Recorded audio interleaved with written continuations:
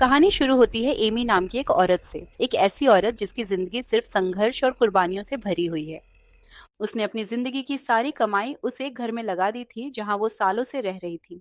लेकिन एक दिन अचानक बुलडोजर आया और बिना किसी चेतावनी के उसका घर जमींदोज कर दिया गया, और बदले में मुआवजा इतना कम कि उससे एक छोटा कमरा भी नहीं खरीद सकती थी। नई फ्लैट की कीमत का 10वां हिस्सा भी नहीं। लेकिन एमी ने हार नहीं मानी। तीन तीन नौकरियां करने लगी। सुबह बैंक में काम करती थी, दोपहर में किसी अमीर के घर में मेड का काम करती थी, और शाम को एक लग्जरी ब्रांड के स्टोर में बैग्स बेचती थी। उसकी जिंदगी का बस एक ही मकसद था, एक घर खरीदना। पैसे बचाने के लिए उसने सब कुछ छोड़ दिया।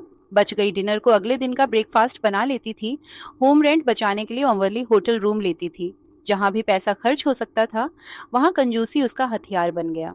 जिस घर को वो खरीदना चाहती थी वो कोई आम फ्लैट नहीं था, वो था हांगकांग की सबसे आलीशान बिल्डिंग में से एक, Victoria one, sea facing high rise dream home type की प्रॉपर्टी। पर जैसा हमेशा होता है, जिंदगी ने एक और जोर का झटका दिया। जब वो किसी तरह डाउन पेमेंट इकट्ठा करके बैंक पहुंची तो बैंक ने सीधा कह दिया, आपको लोन नहीं मिल सकता। क्यों?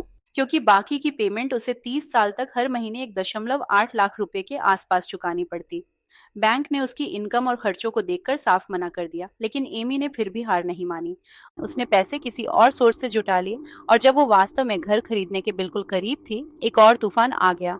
उसके पापा को अचानक कैंसर डायग्नोज हो गया। अब सवाल ये था, पैसे घर में लगाए या पापा के इलाज में।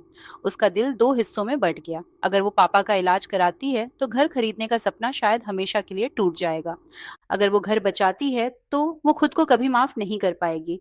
और इसी इमोशनल कंफ्यूजन में एमी ने वो रास्ता चुना जिसकी कोई वापसी नहीं थी।